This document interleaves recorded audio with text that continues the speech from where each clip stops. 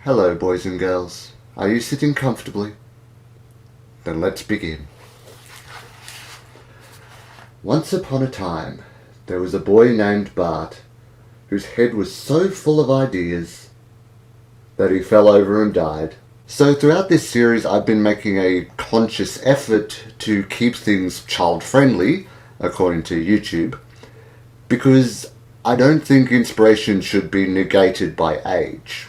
It can happen to anyone. And while I've pushed that limit a bit before, and will again, this TV show concept is much more adult than most of my ideas, so I can't really hide it this time. Despite the fact that this is actually a high school dramedy starring fairy tale characters. The fact that there's no actual fairies or magic, it's all metaphor, is what makes it so adult. You may not know this thanks to current media standards, but original fairy tales were actually pretty grim. Brumtish. Dark and creepy, in that they were made as cautionary tales to stop kids getting out of line. I actually wanted to get my son a book of the original fairy tales, not to scare him, but to prepare him for the world we live in. My wife shut that down pretty quickly. The initial spark for this one actually came from two very specific Watch Mojo videos that I watched around the same time. And coincidentally, Watch Mojo is exactly why I don't want to do many countdowns, because that channel just burned me out on them. A new countdown every day, are you kidding me? I got so deep into this concept, I bought not one, but 2 books for research. Jackie Woolschlager? Page 70 of 500 plus. I'll finish them eventually. I haven't even started this one. This particular book starts with a Hans Christian Andersen quote. Every character is taken from life. Every one of them. Not one of them is invented. I know and have known them all. That's a pretty good sentiment that I actually try to follow. The issue is when you use a less than positive interpretation and the person you're talking about realizes that. Hasn't happened to me yet, but one day when I show my ideas to other people, it might. Proceed with caution. I ended up with 25 fairy tales and nursery rhymes referenced in total. And I also spent a lot of time on character names, which I'm not going to read all of them, but here you go. Fairy tale Guess Who. So, like I said, it's a high school drama, so most of the characters are teenagers, which goes into some bad places. The main villain of the series is Brian, aka the Big Bad Wolf, or Big Bad Brian. He's also the Pied Piper because he's very manipulative, and he has a group of lackeys, which includes the Giant from Jack and the Beanstalk, and Pinocchio.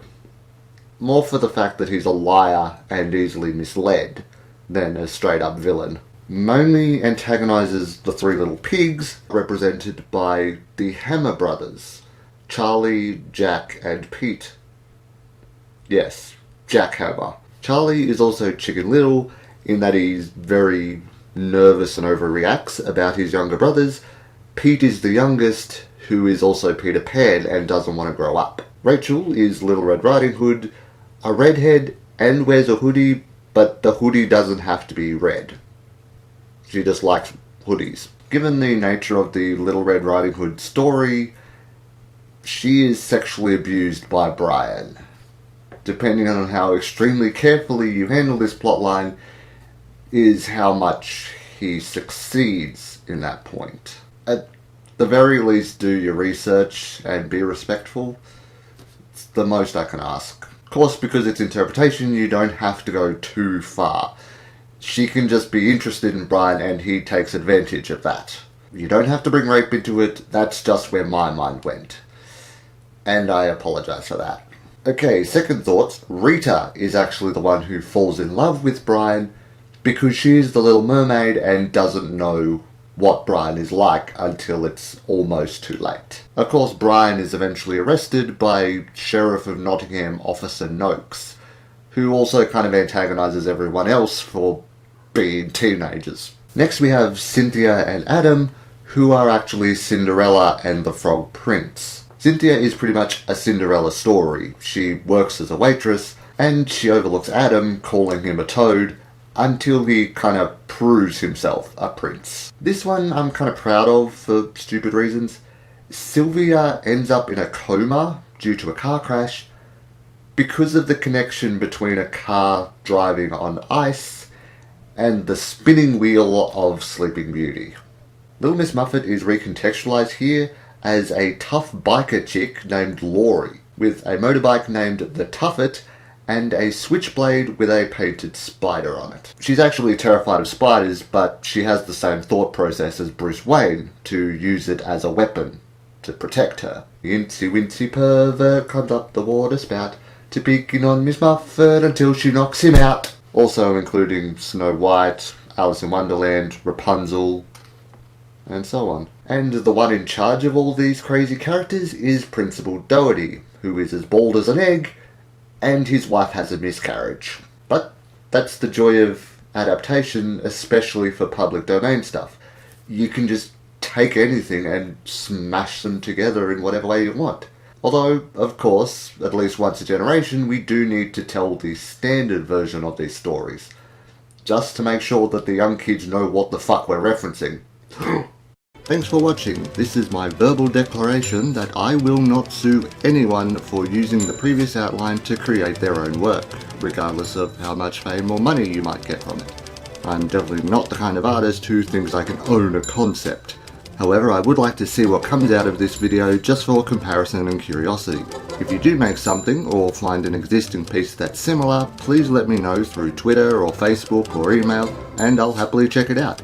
And if you want to see the ideas I am working on for myself, please visit my Patreon page for samples and previews, no payment required. Happy creating, Bard Riley out. Calling him a toad until he kinda negs her.